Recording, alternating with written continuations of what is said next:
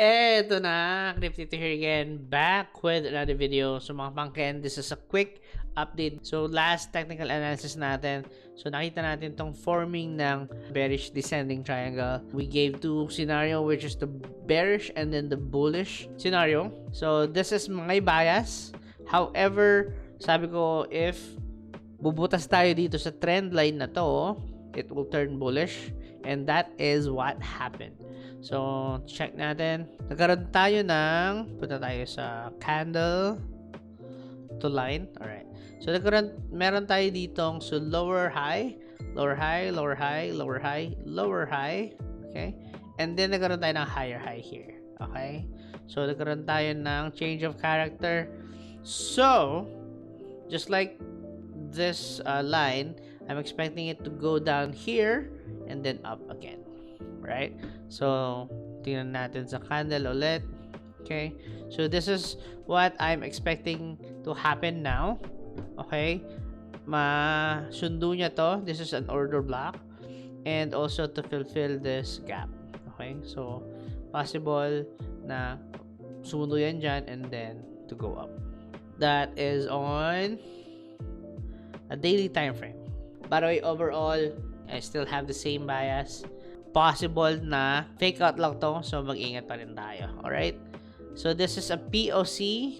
This one. So, medyo matibay yan na support. But again, ilang beses na siya nakatok. So, ingat tayo dyan. Baka fake out lang tong pump na to. Alright? Let's go to 4-hour time frame, by the way. Okay. Okay, nasa oversold na tayo dito. Alright, so that's why we're getting this pump. But let me check. 4-hour time frame.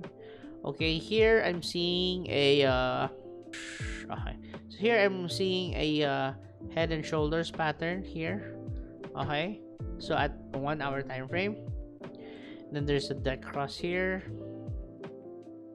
Also, kahapon nag-signal ako sa Discord server natin. So if hindi pa kayo member doon, yung Discord link natin is nasa description box. Okay?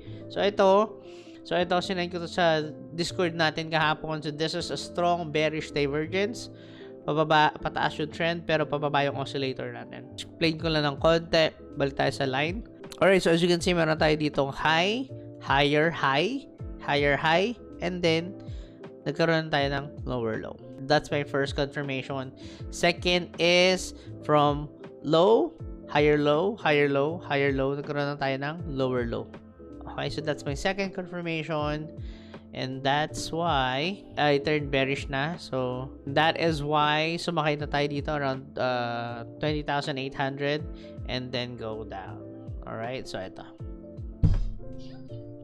Okay, so right. So yan, so yun lang.